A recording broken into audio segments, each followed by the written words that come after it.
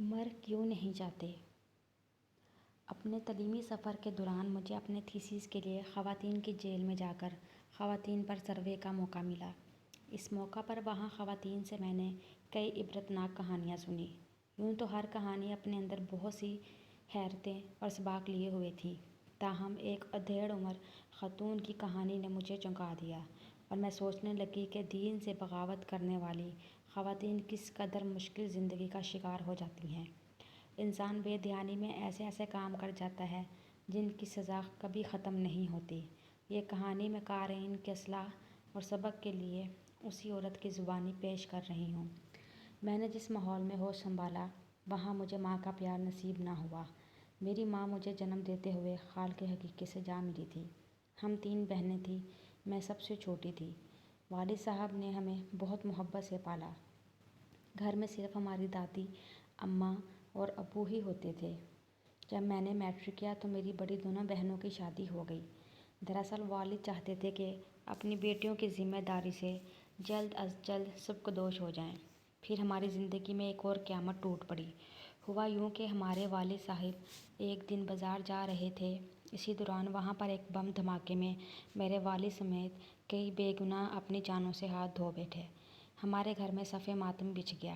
ماں کے بعد باپ کا سہارا تھا، مگر کسی ظالم کے ہم سے وہ سہارا بھی چھین لیا۔ ہم اس بھری پڑی دنیا میں بے آسرا ہو گئے تھے، مگر بے رحم ہاتھوں نے سب کچھ برباد کر دیا تھا۔ اب گھر میں صرف میرے اور دادی کے سوا کوئی نہ رہا تھا۔ بہنیں اپنے اپنے گھروں والی ہو چکی تھیں۔ ان حالات میں گھر کا سناٹا مجھے سانپ کی طرح ڈستا تھا۔ ویرانی مجھے کاٹنے کو دوڑتی تھی۔ دادی بوڑھی اور بیمار تھی۔ میں ابھی بہت کم عمر تھی۔ مجھ پر ذمہ داری کا بوجھ پڑا تو میں بوکھلا گئی۔ سمجھ نہیں آتا تھا کہ کیا کروں۔ گھر کی تنہائی مجھے کاٹ کھانے کو دوڑتی تھی۔ بوڑھی بیمار دادی مجھے بہلانے کی بجائے خود اس عمر میں تھی کہ ان کی خدمت کروں، اس لیے میں ذمہ داری کے تصور سے ہی خوف کھاتی تھی۔ اس لیے میرا زیادہ تر وقت میری سہیلیوں میں گزرنے لگا۔ مجھے فلمیں اور ڈرامے دیکھنے کا بہت شوق تھا۔ ان فلموں کی وجہ سے میں خود کو بھی کوئی فلمی ہیروئن سمجھنے لگی۔ میرا ذہن ہر وقت ڈرامائی دنیا میں کھویا رہتا۔ میں حقیقت سے زیادہ خیال کی دنیا میں کھوئی رہتی اور سوچتی کہ مجھے بھی میرے سپنوں کا کوئی راجکمار ملے گا۔ میں نے ان لڑکیوں کو دوست بنانا شروع کر دیا جو میری طرح فلموں اور ڈراموں کی شوقین اور خیالی دنیا میں رہنے والی تھی۔ یہی نہیں، میں نے سہیلیوں کے ساتھ بازار جانا اور گھر میں بیٹھ کر گھنٹوں گپیں لگانا میرا معمول بن گیا تھا۔ میں انہی باتوں میں بہت خوش رہتی تھی، اس لیے میں نے تعلیم پر بھی کوئی خاص توجہ نہ دی۔ دادی کو میری یہ باتیں بالکل پسند نہ تھیں۔ آخر وہ ایک جہاں دیدہ خاتون تھی۔ وہ مجھے بہت سمجھاتی، مگر میں عمر کے اس حصے میں تھی جب انسان پر نصیحتوں کا زیادہ اثر نہیں ہوتا۔ ویسے بھی میرے ذہن پر فلموں کا بہت اثر تھا۔ دادی نے میری بہنوں سے تذکرہ کیا تو یہ طے پایا کہ میری شادی کر دی جائے تاکہ میں گھر داری میں پڑھ کر ذمہ دار بن جاؤں، ورنہ میرے گمراہ ہونے کے امکانات تھے۔ رشتے کی تلاش شروع ہوئی۔ غربت کی وجہ سے کوئی اچھا رشتہ ملنا مشکل تھا۔ بڑی تلاش کے بعد ایک متوسط گھرانے سے رشتہ آیا اور میرے گھر والوں نے اسے غنیمت جانتے ہوئے فوراً ہاں کر دی۔ مجھے اس رشتے پر کوئی خاص خوشی نہ تھی، میں تو کسی بڑے گھر کے خواب دیکھتی تھی۔ خیر، شادی ہو گئی۔ میں اپنے دل کی حسرتیں دل میں لیے سسرال آئی۔ اس گھر میں زیادہ افراد نہ تھے۔ میری ساس سسر تو پہلے ہی وفات پا چکے تھے۔ ایک جیٹھ تھا جس کا کچھ عرصہ قبل انتقال ہوا، اور اب اس گھر میں اس کی بیوی اور اس کے 3 بچے رہتے تھے۔ یہ سبھی لوگ بڑے ملنسار اور نیک طبیعت تھے، تاہم میں ان کو ان کی غربت کی وجہ سے پسند نہ کرتی۔ میں نے بات بے بات جیٹھانی سے لڑائی بھی جاری رکھی، تاہم وہ نیک بخت مجھے کبھی برا نہ کہتی۔ مجھ پر سسرال میں پابندی لگانے والا کوئی نہ تھا۔ میرا شوہر شوکت کمال ایک سیٹھ کا سیکرٹری تھا اور ایک شریف انسان تھا۔ وہ بچپن سے سیٹھ کے ساتھ تھا۔ اس کی پرورش میں سیٹھ کا نمایاں کردار تھا، اس لیے وہ اس پر بہت اعتماد کرتا تھا۔ خدا نے مجھے گھر کا سکون اور 4 بچوں سے نوازا۔ زندگی کی گاڑی عمدگی سے چلنے لگی تھی، تاہم مجھے زندگی میں ہمیشہ انجان سی خلش اور کمی کا احساس رہا۔ میں سپنوں کے راجکمار کے انتظار میں تھی۔ شوکت مجھے خوش رکھنے کی بہت کوشش کرتا، مگر میں اس سے ہر وقت کھچی کھچی رہتی، جس کی اسے کبھی وجہ سمجھ نہ آ سکی، تاہم اس نے کبھی مجھ سے گلہ نہ کیا۔ پھر ہوا یوں کہ ایک مرتبہ سیٹھ صاحب اپنے کنبے کے ہمراہ 2 ماہ کے لیے بیرون ملک سیر کرنے گئے تو وہ کوٹھی میرے شوہر کے حوالے کر گئے، اس لیے ہم 2 ماہ کے لیے اپنے چاروں بچوں سمیت کوٹھی میں آ کر رہنے لگے۔ ابھی چند دن ہی گزرے تھے کہ سیٹھ صاحب کا ایک نوجوان بھانجا، جسے سب پیار سے ٹامی کہتے تھے، امریکہ سے آ گیا۔ وہ پاکستان میں چند ہفتے چھٹیاں گزارنے آیا تھا۔ اس کا قیام کوٹھی کے ایک حصے میں ہی تھا۔ ہم نے اس کی خوب خدمت مدارت کی۔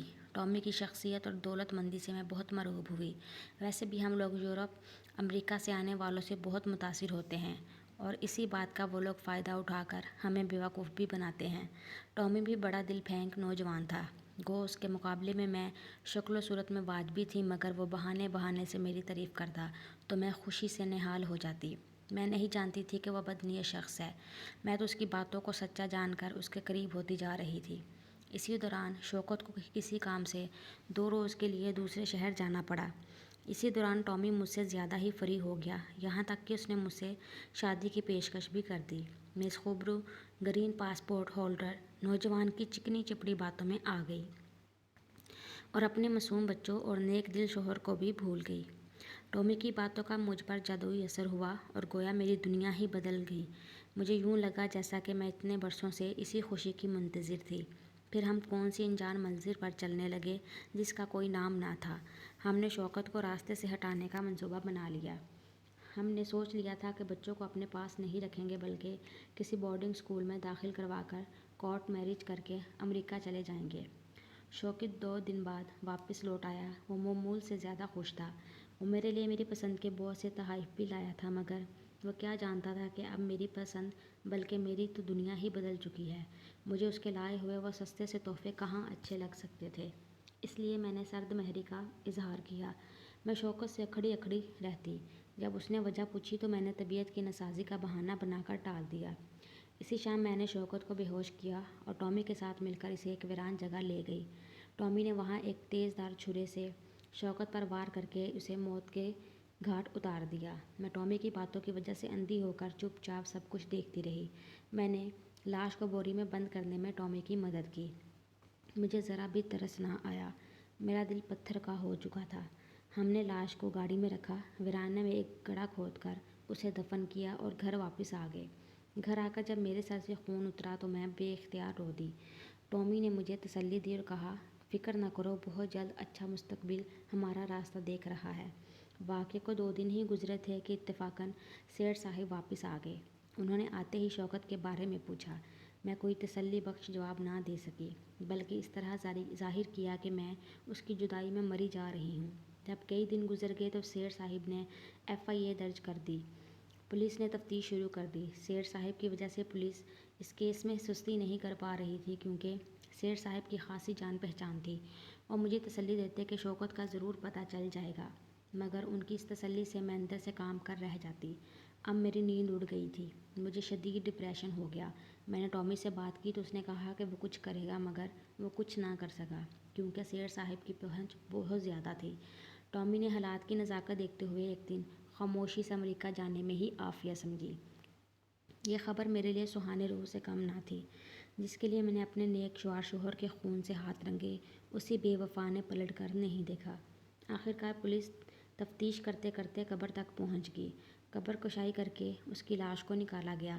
تفتیش کے بعد پولیس واقعات کا کھوج لگانے میں کامیاب رہی اور مجھے گرفتار کر لیا گیا۔ ٹامی تو پہلے ہی فرار ہو چکا تھا، چنانچہ مجھے قتل میں اعانت پر عمر قید کی سزا ہو گئی۔ میں نے اس سزا کے خلاف کوئی اپیل نہ کی، کیونکہ اگر میں دنیا کی عدالت کی سزا سے بچ نکلنے میں کامیاب ہو بھی جاتی تو اپنے ضمیر کی عدالت سے بھاگ کر کہاں جاتی۔ 4 معصوم بچوں کو یتیم کرنے پر تو مجھے جس قدر بڑی سزا ملتی کم تھی۔ میں اپنی نظروں میں ہی گر گئی تھی۔ میرے جیل میں جانے کے بعد میرے بچوں کی نگہداشت میری جیٹھانی نے بہت عمدگی سے کی۔ ان کے بچوں نے میرے بچوں پر بھرپور توجہ دی۔ میں اس وقت اپنی سزا کے دن پورے کر رہی ہوں۔ سوچتی ہوں کہ جیل سے نکلوں گی تو میری منزل کیا ہوگی۔ مجھے کوئی رشتہ دار اپنے پاس نہیں رکھے گا، کیونکہ میں اس قابل ہی نہیں۔ سب سے زیادہ خوف اس وقت سے آتا ہے جب میرے بچے بڑے ہو کر میری صورت سے بھی نفرت کریں گے۔ میں نے اپنے لیے خود کی دوزخ تیار کر لی تھی۔ میں مر سکتی ہوں اور نہ ہی دوسروں کی نفرت بھری نظروں کو برداشت کر کے زندہ رہ سکتی ہوں، تو کہاں جاؤں؟ میں سب پڑھنے والوں سے گزارش کروں گی کہ وہ ہمیشہ ایسے فیصلے کریں جن پر پچھتانا نہ پڑے۔ خدا مجھے بھی معاف فرمائے، آمین۔